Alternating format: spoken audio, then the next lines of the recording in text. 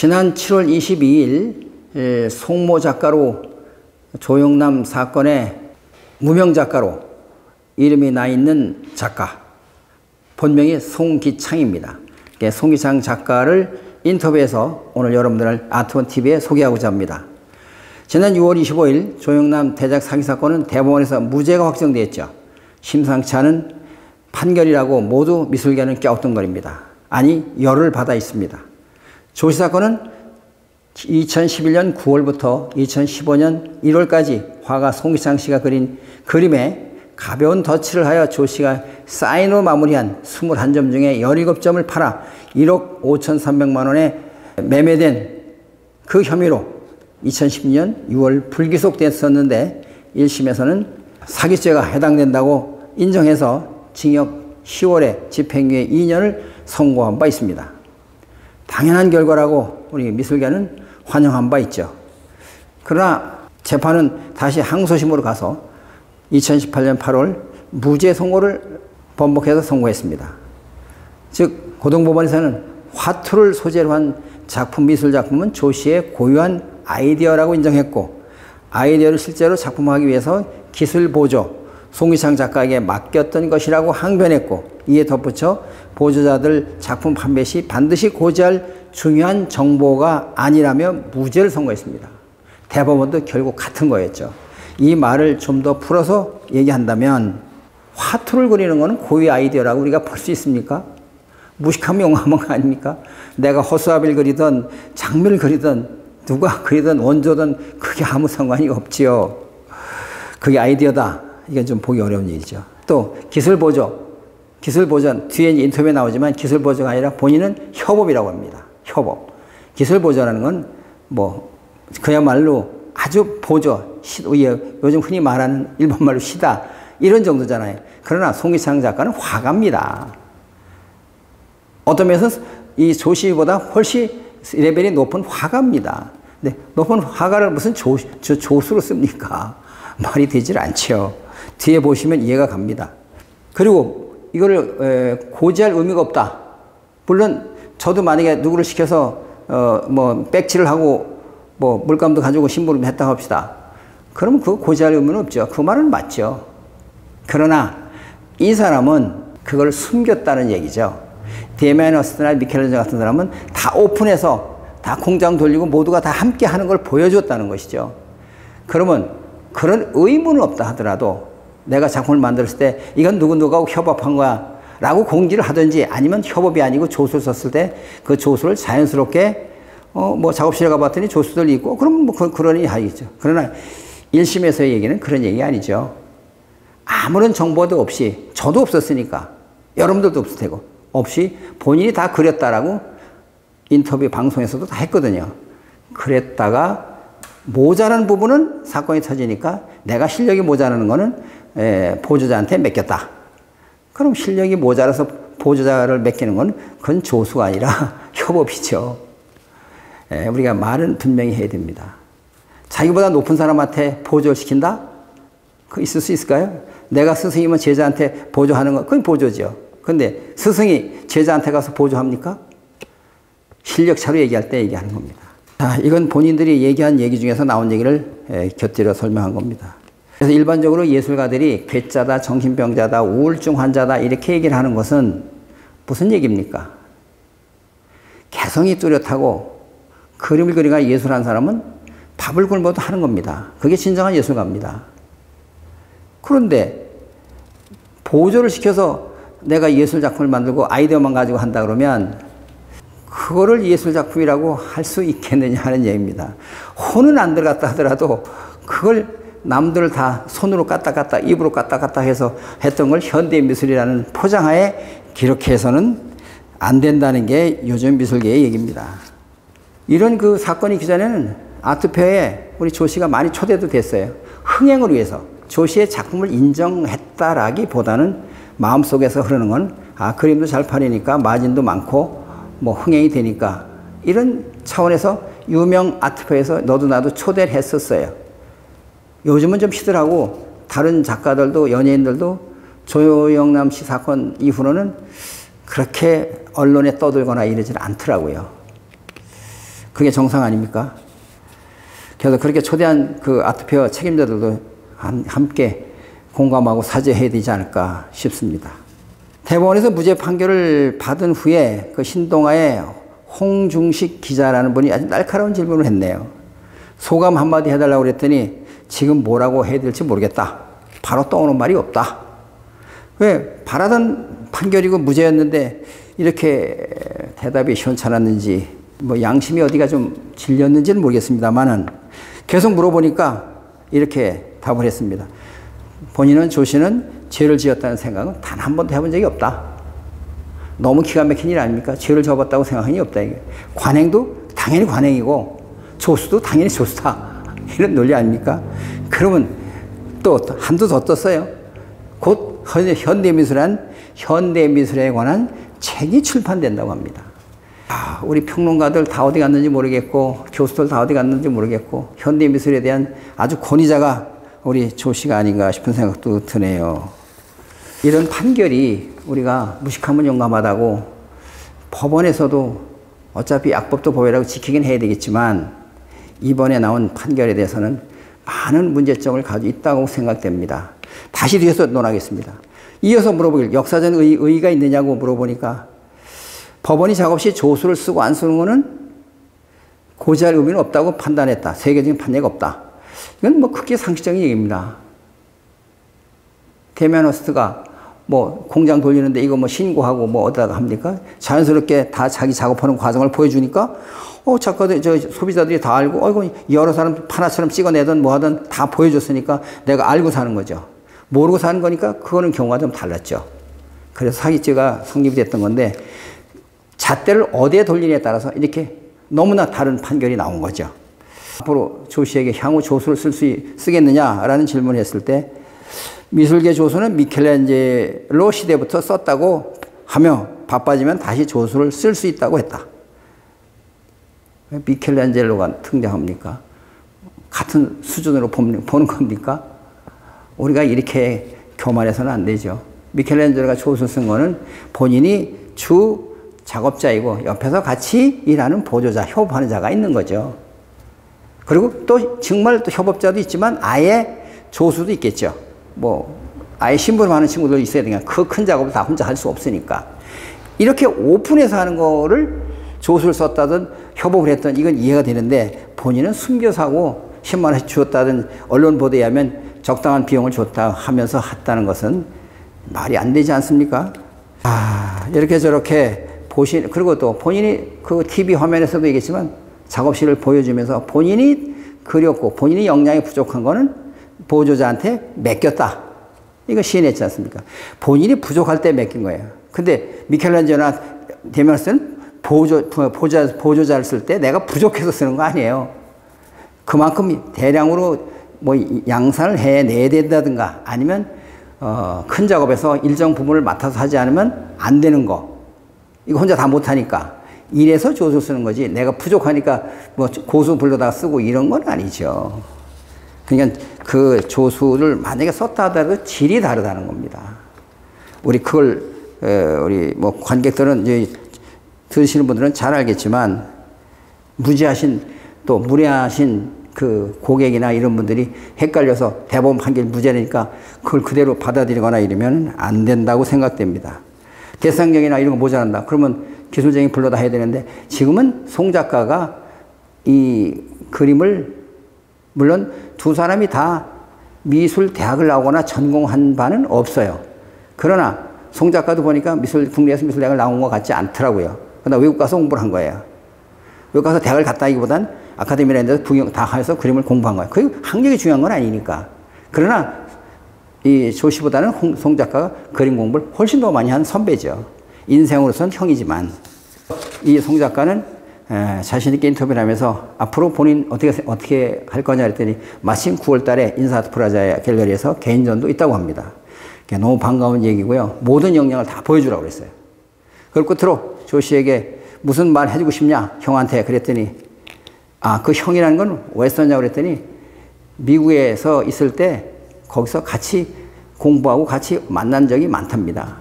거기에서 육군명 씨도 만났고 뭐 설경철 씨도 만났고 등등 그런 얘기 하더라고요. 그래서 거기서 그림 공부를 하면서 같이 만났던 사이라 국내에 들어와서 전화로 뭐 나 그림 협업 좀 할 수 있냐고 그래서 얘기를 해서 썼는데 응했는데 나중에 알고 봤더니 자기 조수로 전락이 돼서 있었다 하는 얘기입니다. 그래서 그런 앞으로 조영남 형한테 뭔 얘기를 하고 싶냐 그랬더니 미술계의 조수 사용은 관행이 아니다 라는 걸 인식시켜주고 싶고 필요시 일부 쓰는 작가가 있을 뿐이다. 관행은 아니다. 즉 입체 쪽이나 설치나 또 뭐 나이가 들어서 내가 뭐 좀 백치를 해준다든가 기타 등등 이런 거는 있을 수 있어도 내가 모자라는 부분을 그려달라고 하는 조수는 없다. 그건 관행이 아니다. 그리고 분명히 송기장 작가는 조수가 아니라 협업을 한 거다 형하고. 그렇다면 앞으로 문제가 남아 있습니다. 헤럴드 경제에서도 기자가 지적을 했지만 무죄 판결은 받았지만 이 무죄라는 것은 뭐에 대한 무죄냐면 조수를 쓰고 안 쓰고는 고지할 의무가 없다. 이런 포커스로 봤을 때 무죄라고 판결한 것입니다. 그러나 여기에 협업을 끝까지 주장한다고 하면 어떻게 됐습니까? 저작권은 송기창 씨에게도 50%, 뭐 최소한도 50%, 아니면 정말 많이 그렸으면 덧칠만 했으면 7, 80%를 인정해야 되는 거 아니겠습니까? 이런 문제가 남아 있어서 이건 재판이 판단이 끝났다라고 볼 수는 없습니다. 앞으로 미술계에서 더 주목할 일이고 그 다음에 조영남 씨가 한국 화단에서 과연 화가로서 존재할 수 있는지 없는지는 여러분들이 판단해 주시고 그 다음에 송기창 씨는 앞으로 당당하게 화가로서 개인전하면서 하겠다고 합니다. 그래서 저희 월간 아티스트에 공개도 됐고 우리 아트온TV에도 인터뷰 내용을 그대로 공개하는 겁니다. 하나도 빠짐없이 있는 그대로입니다. 여러분들이 판단 잘 해주시면 고맙겠고 이 송 작가에게도 응원을 보내주시면 고맙겠습니다. 미술인들을 위해서 저도 미술인들을 위해서 작은 봉사를 하지만 네. 우리 미술인들을 위해서 여러 가지 그 설왕설래 네. 많이 하는데 좀 나름대로의 있는 진솔한 얘기를 그대로 보여주고 뭐 해명이 아니라 있는 그대로 말씀해왔고요. 그렇죠. 네, 뭐 이게 필요하다는 것이지 네네. 누구를 위해서 하는 게 아니라 본인 작가를 위해서도 그렇고 또 전체 미술인들을 위해서도 쓸데없는 그 어거지 같은 소리 하는 것을 네. 우리가 대법원 판결까지 끝났으니 이제 뭐 어떻게 하소연하겠습니까? 네. 그냥 우리 미술인들끼리 이야기를 나누면서 그런 판단은 미술인들이 하고 네. 또 미술 좋아하는 애호가들이 판단할 거라고 생각합니다. 네, 맞습니다. 예, 우리 송 작가님은 조금 이제 우리 서론이 있었는데 그림을 언제부터 그리기 시작하셨어요? 중학교 때부터 그리기 시작했죠. 고향은 어디세요? 전주입니다. 전주. 네. 그러시구나. 얼마 전에 전주 갔다 왔는데. 그러시구나. 그리고 나중에 학교는 서울 와서 하시고? 아니요, 고등학교 영생고를 졸업하고 학비가 부족해서 이제 박찬갑 최대 작가 그분 밑에서 사사를 받고 뭐 YMCA로 나가서 조교 활동도 하고 뭐 그러면서 생활을 하다가 유학을 가게 됐죠. 유학? 그러니까 여기 전문적인 뭐 그 학비 때문에 네. 너무 힘들어서 가정이 힘들어서 유학을 가게 된 거죠. 우연히 미국으로 가게 된 거죠. 미국으로. 네네. 뭐 의정부에서 화실도 해보고 했지만 대학교 안 나온 저로서는 전문대학 그 학생들을 데려다가 홍대생을 데려다가 강사로 쓰면서 예 강사로 쓰면서 저는 저 나름대로 뭐 학생들이 아니고 그 학생 이름을 내가 까먹었는데 몰래 훔쳐보는 아주 가난한 학생이 하나 있었어요. 고등학생인가 그랬을 거예요. 1학년인가. 그래서 뒷덜미를 잡았고 끌고 와서 그냥 가르쳤는데 그놈이 조속과를 들어갑니다. 서울대 조속과. 그냥 저 나름대로 흐뭇했죠. 흐뭇했고 그걸로써 저는 뭐 더 이상 뭐 바랄 것도 없었고 제 나름대로 대학만 가르쳐서 그때는 이제 실기 위주니까 그렇죠. 뭐 내신 서중도 중요하지만 그래서 그 친구 아버님이 담배 두각을 사주시더라고요. 그래서 옛날에 예, 옛날에 버스 안에서 만나가지고 잠깐 내리시라고 해가지고 사준 적이 있어요. 그 학생 이름을 모릅니다. 제가 너무 오래돼서 이제 40년 전 얘기죠. 지금 그렇지. 40, 50년 전 얘기인데 그 의정부에서 화실을 할 때 영화실이라고 영화실. 네네. 나중에 선생님 찾아올 수 있을 거예요. 이제 전시하거나 개인전하고 이럴 때. 모르죠. 이제 그럴 겁니다. 네, 기회가 된다면, 이제 알아본다면. 그렇게 공부를 하셨군요.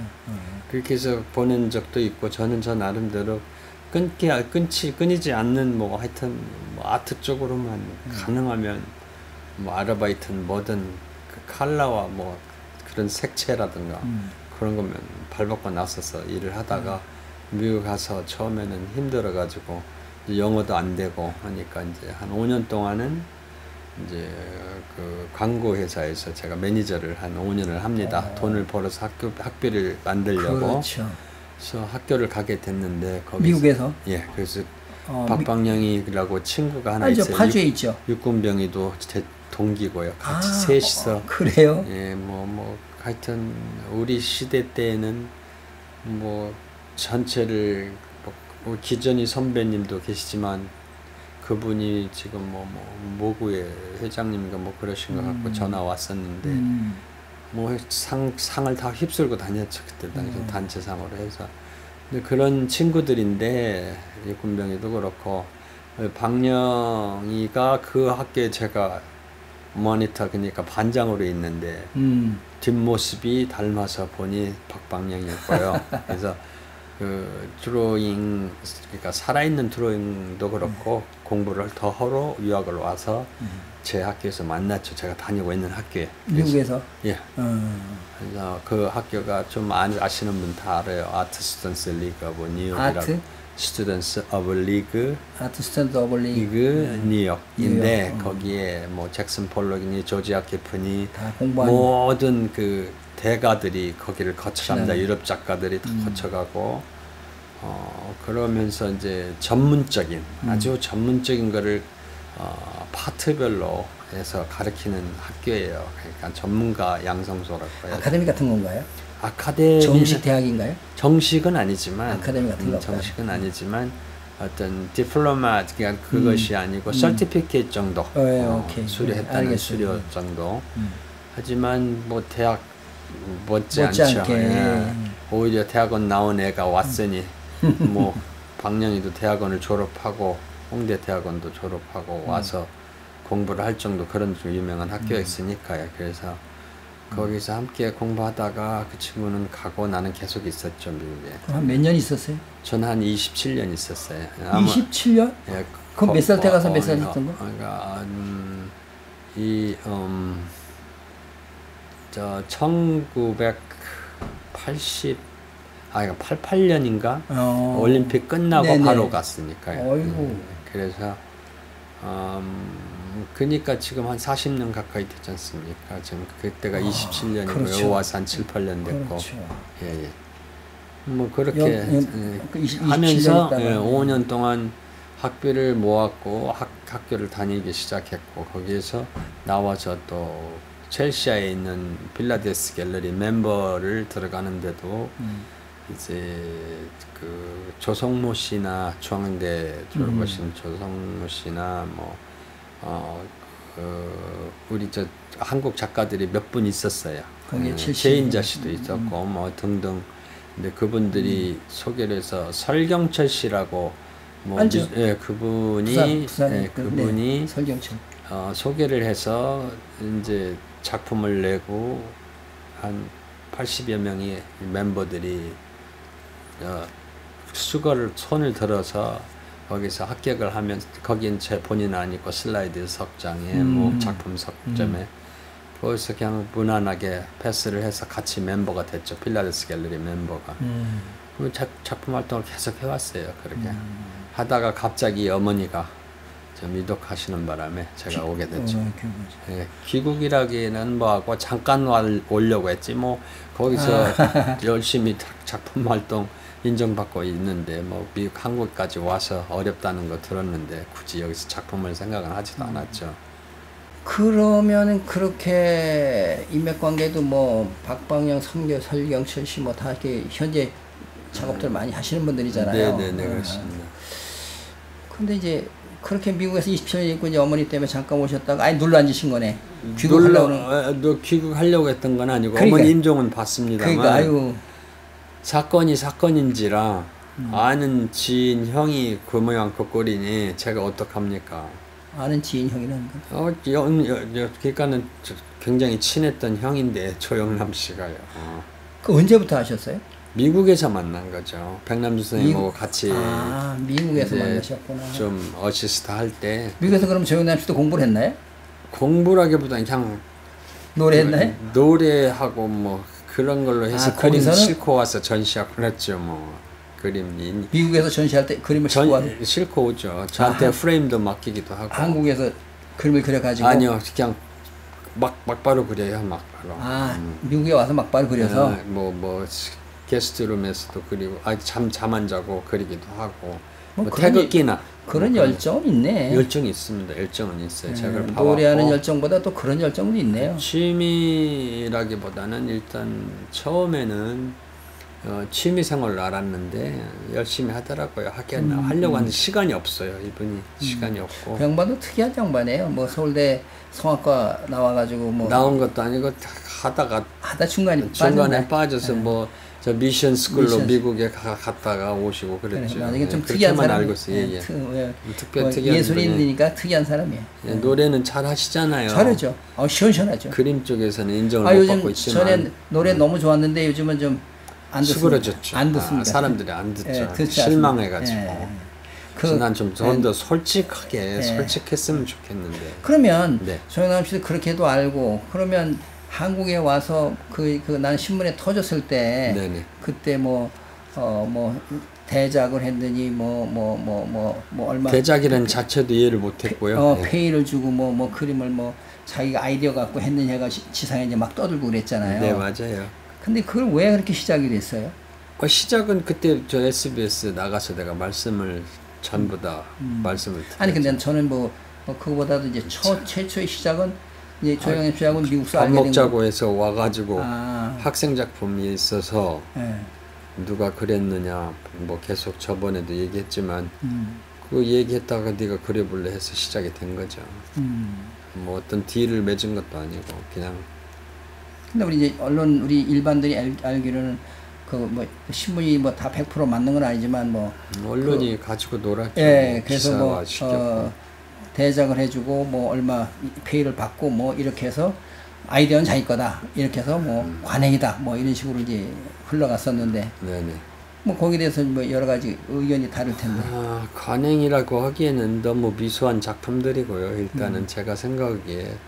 그리고 그거는 사실상 맞지 않는 말이고 오히려 그냥 뭐 취미생활로 하시려면 취미생활을 하시든지 아니면 하시려면 국민이나 우리 저기 고구분투하고 있는 뭐 작가들 여러 예술인한테 정중히 사과를 해야 될 것이라고 난 생각을 해요. 도덕적인 면에서. 그렇죠. 어디까지나. 다 그렇습니다. 그러니까 거짓말을 자꾸 하시니까 뭐 남한테 소개할 때 삼류 작가니 미국에서 온 삼류 작가니 저를 그런 작가로 대우도 안 해주고 나는 그냥 친하니까 웃고 말았지만 그 주변에 있는 언론이나 뭐 잡지 하시는 분들이나 뭐 그런 분들 주변에 항상 계셨으니까 그분들이 뭐 들어도 뭐 기분 나쁘진 않게 들었으니까 웃고 말았으니까요.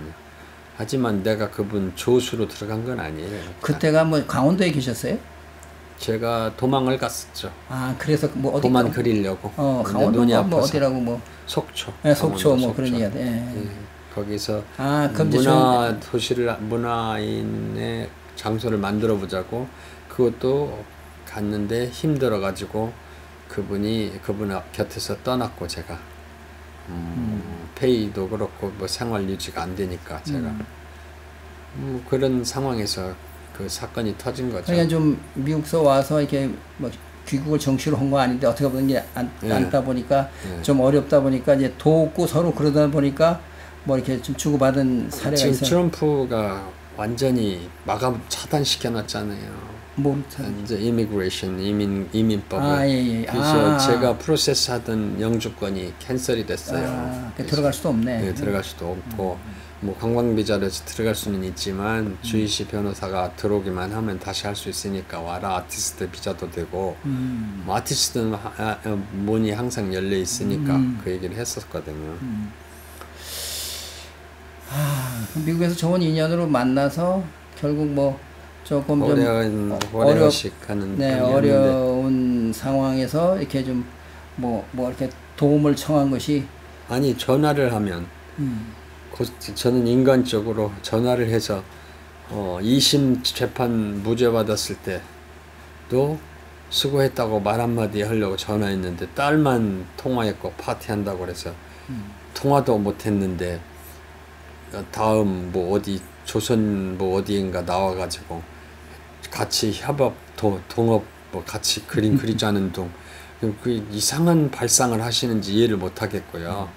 두 번째 완전 판결 났을 때도 제가 형이 이제 수고했으니까 열심히 그림 그리세요. 그 말 한마디 하려고 뭐 제가 아부할 것도 없고 저는 그렇죠. 그림 이제 하고 있으니까 열심히 해서 작품으로 저기를 하면 되겠다 싶어서 그 얘기를 했는데 뭐 기자한테 뭐 너에 대해서 무슨 얘기를 해주면 좋겠느냐는 등 그 다음에 또 인터뷰 나가가지고 조수하겠다고 전화 왔다고 또 이상한 뉘앙스로 저를 갖다가 작가로 예우를 안 하고 그냥 이렇게 동생 아무리 친하다고 해도 그건 아니라고 봅니다 저는.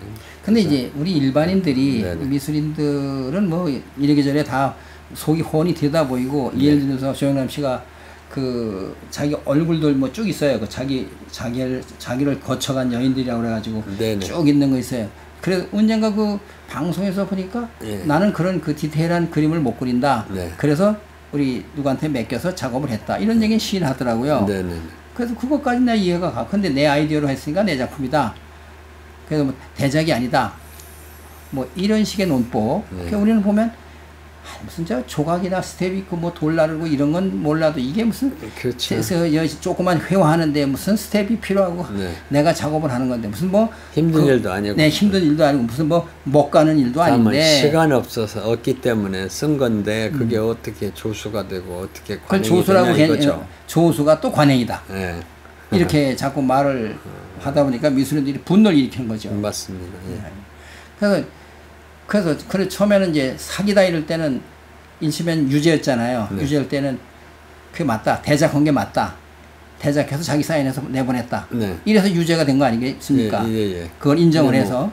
뭐 사기를 칠 정도는 아니고 매니저란 그렇지. 젊은 매니저가 있었는데 그 친구가 업그레이드 시켜서 팔았다는 얘기 아니에요? 네, 맞습니다. 이게 한번 팔아보니까 아줌마부들이 모여가지고 줄을 서서 그걸 받으려고 왔다 갔다 하는 걸 제가 몇 번 조영남 집에 나오면서 부딪혔고요. 사기를 치려고 한 건 아닌 것 같은데. 전혀 사기 칠 의도는 없었는데. 적은 비용으로 대작을 해다가 내가 좀 뭐 사인해서 파니까 재미가 나서 그 매니저들이 뭐 같이 어울려 간 거 아니겠는가. 네, 매니저가 이제 부득이었던 걸로 알아요. 제가. 꼬드겼다? 예, 꼬드긴 걸로 알고 있습니다. 형이 그런 머리 쓸 사람은 아니다. 아닌 것 같아요. 제가 보기에도. 그래도 어쨌든 간에 결론은 본인한테 가는 거죠.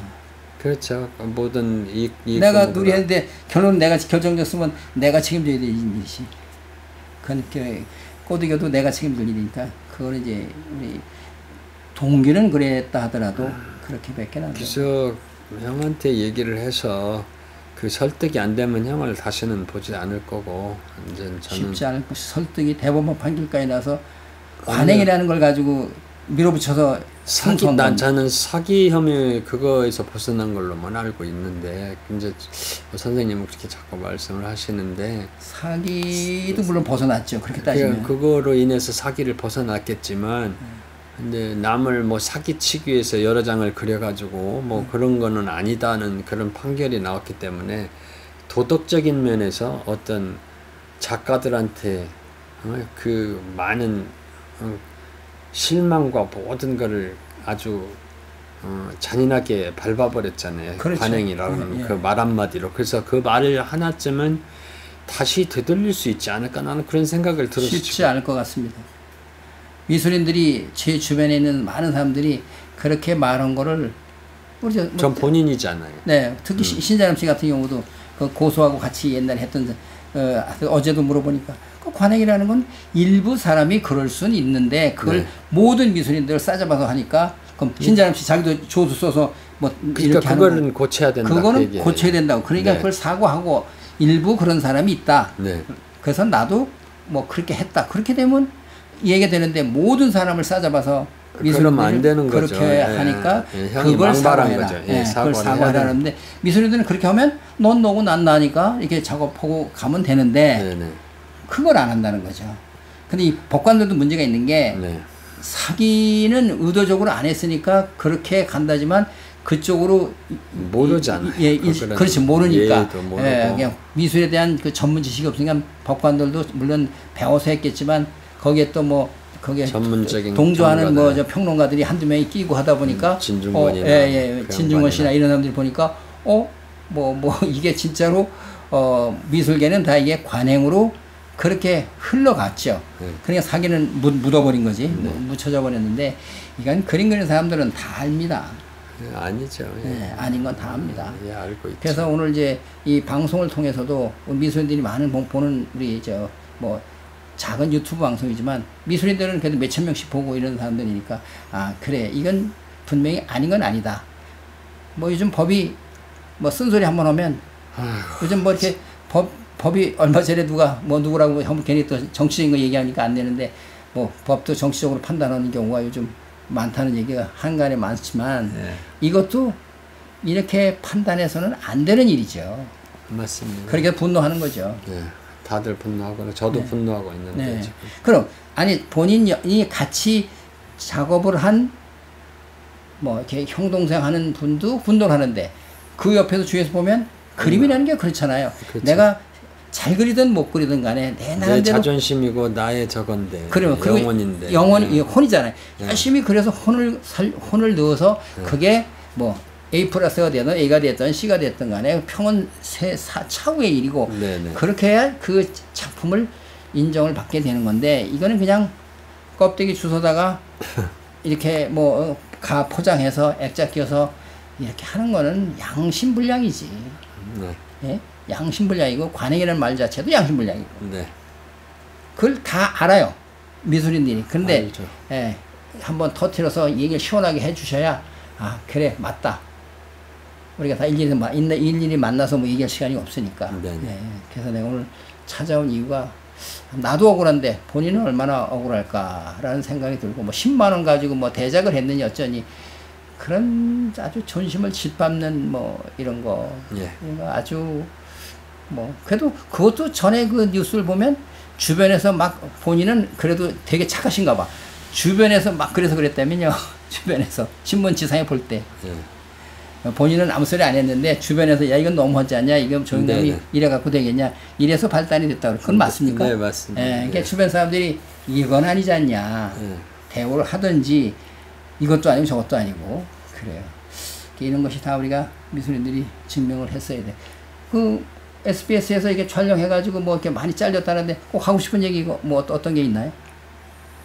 나 이 형한테 하고 싶은 거죠. 조영남 어떻게? 씨한테.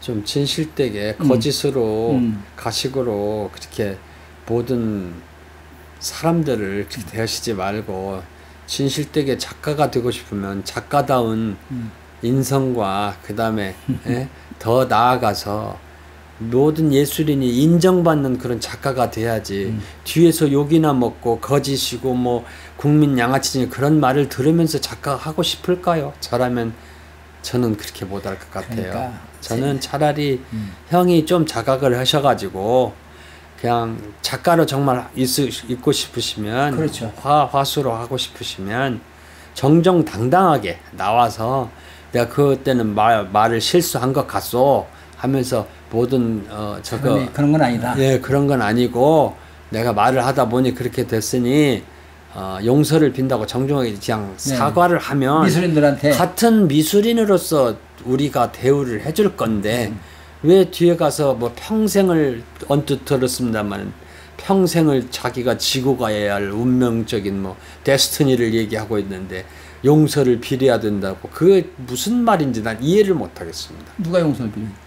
그 내가 잘못했다면 무릎 꿇고라도 용서를 죽을 때까지 빈다고 SBS 그 끝마무리에 본인이 네네. 그럼 잘못 안 했다는 얘기네. 그러니까 잘못한 부분이 있다면 그런 식으로 그러니까 그 잘못을 인정을 안 하는 거죠. 그러면 나중에 우리 유튜브 방송 보고서 본인이 잘못한 거 확실하게 아니까 나중에 찾아오도록 해야 되겠네. 뭐 저한테 전화 올 수도 있겠지만 네. 저는 전화를 안 하는 편이니까. 그럼 가만히 기다려 봅시다. 네네. 근데 그 화투를 그 조영남 씨가 아이디어를 얼마나 줬나요? 본인이 뭐 아이디어를 다 자기 그림이다.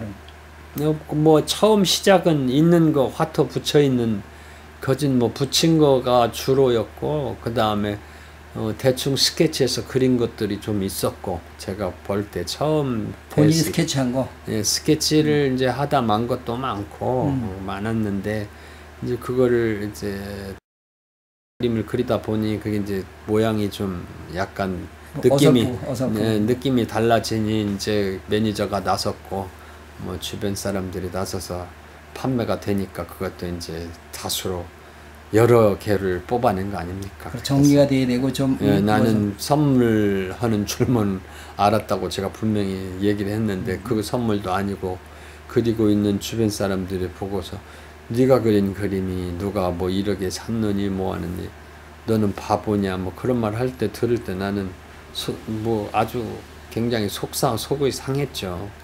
돈을 물질을 떠나서 인간적으로 도덕적인 면에서 그럴 수 있는 건가? 인간이 칼을 쓰고 이런 거 있었어요. 제가 그 작가 이름을 얘기하면 이거 현존한 작가는 이름은 얘기 못 하는데 제 제자 중에 네.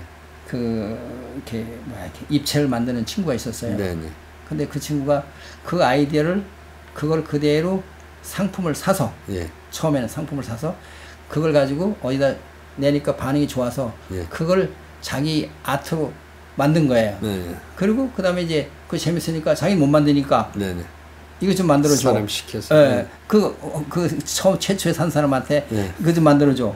뭐 풍선 아트도 만들고 뭐 이렇게 움직이는 것도 만들고 다 만들어줘서. 그래가지고 요즘은 대가가 됐어요. 그분이요? 네. 그래서 이제 제 저작권 때문에 한번 법정 시비도 붙었었고 그랬는데, 근데 그 우리 제자 친구는 나는 예술가가 욕심이 없다. 난 그냥 만들어준 거를 족한다. 만들어줬고 대가를 받은 거죠. 그러니까 대가를 받았으니까 지가 예술 작품을 쓰던 뭘 쓰던 내가 어떤 내 나름대로의 대우를 최소한의 대우는 받은 거니까 이러면 괜찮잖아요. 차라리. 근데 이건 이것도 아니고 저것도 아니고 이런 일이 사례가 있어서 그래서 저는 이제 그 어느 작가라고 그러면 뭐 다 아는 작가지만 저는 그 작가를 인정을 안 합니다. 제 마음속에 야 그런 경우도 있구나. 창작인데 뭐 모방에서 오는 게 다 창작이라고 하지만 그래도 좀 너무 심했다. 그러면 이제 앞으로 이제 작업을 이제 뭐 이제 툴을 털어버리시고 뭐 이제 거기에 연연하지 말고 우리 하실 말 했으니까 그건 관행은 아니다. 그건 잘못된 거다. 다 우리 저도 마찬가지고 우리 송 작가도 얘기했으니까 그건 그렇게 넘어가고요. 사기를 치려고 했던 것은 아닌 것 같은데 그 매니저들이 주변에 붙이다 보니까 결국은 본인이 뭐 10만 원에 그러다가 100만 원에 팔고 500만 원에 팔고 한 것도 사실이고 그런 건 뭐 다 잊어버리고 이제 앞으로 작가 생활만 하는데 전념하도록 합시다. 그리고 우리 월간 아티스트나 아트원 TV를 통해서 우리 작가들이 많이 보고 송 작가가 이렇구나 그리고 그런 게 아니었구나 하는 걸 좀 인식을 새롭게 했으면 좋겠고 전시를 언제쯤 하신다고요? 9월 중순쯤 인사동에서 인사아트 플라자 3층인가 제가 꼭 가도록 하고 우리 여기 잡지에도 광고 내드릴 테니까 미리 좀 8월 중순쯤 자료를 주세요. 그러면 이제 9월에 나가는 거니까. 알겠습니다. 그러면 본인의 작품 세계에 관해서 얘기 좀 해주세요. 앞으로 그리는 전시할 작품은 어떤 테마를 가지고 어떻게 작업을 합니까? 테마는 일단 인더스트리얼의 어떤 현대적인 산물들을 가지고 제가 그 나름대로 저만의 그 테크닉이 있어요.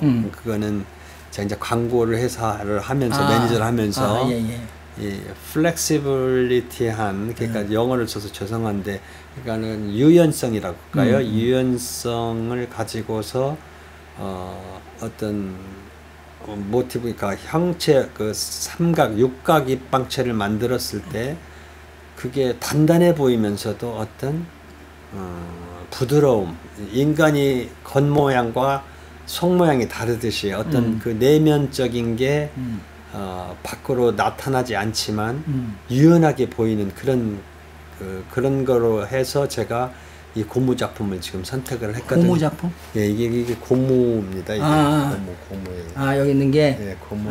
고무 작품. 네. 완전 비구상이네요, 우리가. 네, 그러니까 제가 컴퓨터 작업을 하는 과정이 있는데, 일단 선생님을 찍잖아요. 찍으면 컴퓨터에 놓고서 제가 그립니다. 그렇죠, 그렇죠, 얼굴이. 그림자로 그 섀도우를 잡아서 저렇게 입체적인 저 뒤에 저 뭐 스티브 잡스나 저 위에도 사람 있고 저기 오드리 헵번이나 이 작가들 그러니까 저분들의 그 옆모습을 저렇게 한 건데 구사한 건데 이게 이 미묘한 그 음과 영을 잘 표현을 해가지고 멀리서 보면 입체적인 효과를 평면이지만 하지만 제가 다루는 소재는 굉장히 많아서 뭐 예를 들어서 지금 애들 자전거며 저기 애들 자동차며 여기 진공관이며 제가 안 다루는 게 없어요. 저기 보시면 날라온 의자 속초에서 제가 저게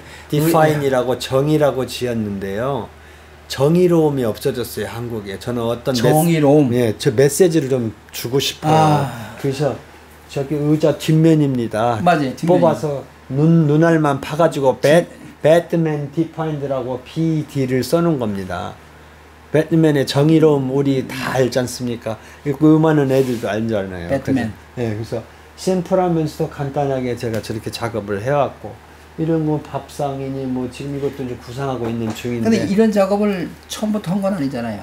제가 해왔죠. 처음에는 이제 뭐 오일 페인팅부터 뭐 그 다음에 뭐라 그러죠? 박남자 선생님한테 사사를 박남자, 예, 알아요. 선생님한테 대생을 사사를 중학교 때부터 받았고, 그 훌륭한 선생님을 내가 만난 것도 영광이었지만, 미국에 와서는 그런 프리 드로잉을 많이 했기 때문에 굳이 뭐 입시 제도가 아니니까 거기는요, 슬라이드나 뭘로 해서 다 패스를 하니까. 그래서 제가 말씀드리고자 하는 거는 제가 작품 이거를 형상화 시키는 건 너무 다양한 소재이기 때문에 어떻게 단도덕적으로 뭐 입체 뭐 조각을 하느냐 회화를 하냐 현대 뭐 모던 아트라고 얘기를 하고 있습니다만 모던 페인팅이라고 제가 얘기를 지어요. 이거를 모던 페인팅? 물론 조각을 하지만 모던 페인팅 2D가 아닌 3D라고 얘기하고 싶고요. 그 어떤 그 산업적인 요즘에 그 웬만한 그 자질은 안 나온 게 없잖아요. 예를 들어서 플라스틱이나 알루미늄이나 그렇죠. 모든 자재들이 지금 굉장한 모던하고 그거를 그 산물들을 가지고 다시 소생을 시켜서 어떤 저 나름대로 그러니까 생각과 저의 혼을 좀 넣어서 삶을 이렇게 살려내는 거죠. 예를 들어서 떨어진 날아가는 의자를 가지고 마스크를 만들듯이요. 예를 들어서 그 다음에 백남 선생님이 버리고 난 그 껍질입니다. 저 DVD 만든 그거 케이스를 땅바닥에 버린 걸 모아서 제 작품 제 얼굴 넣어서 저의 그 한때 성장 과정을 지금 플랜으로 해가지고 형상화 시키듯이요. 저는 소재가 용접도 하고 못하는 게 없어요. 모든 거를 전기도 다 만지고. 붓으로 그리는 회화는 붓으로 그리는 그림들이 이게 제가 다 그린 그림들이잖아요. 전에 그 조영남 씨 뭐 이거 있을 때 작품인가요? 예, 조영남 씨 할 때인데 이게 2018년으로 돼 있잖아요. 2018 얼마 되지 않았네요. 얼마 안 됐는데 이게 뭐냐면 이건 미완성인가요? 미완성이 아닌 그냥 완성시킨 사인을 했잖아요. 근데 제가 방에 처박혀서 그분의 화토짝을 그릴 때 내 심정을 그려놓은 거예요. 문을 열고 나가려도 너무 어색하고 문화에 아직 새로 배워야 되는 그런 문화에다가 갈 데도 없고 어머니 임종보러 어머니만 왔다 갔다 하고 작업실에만 있고 뭐 주변에 돌아다니지를 않았어요. 못했어요. 그래서 내 심경을 여기다 그린 거예요. 그린 거죠. 이건 보관하고 계셔야 되겠네. 인터넷에 많이 써 있는데.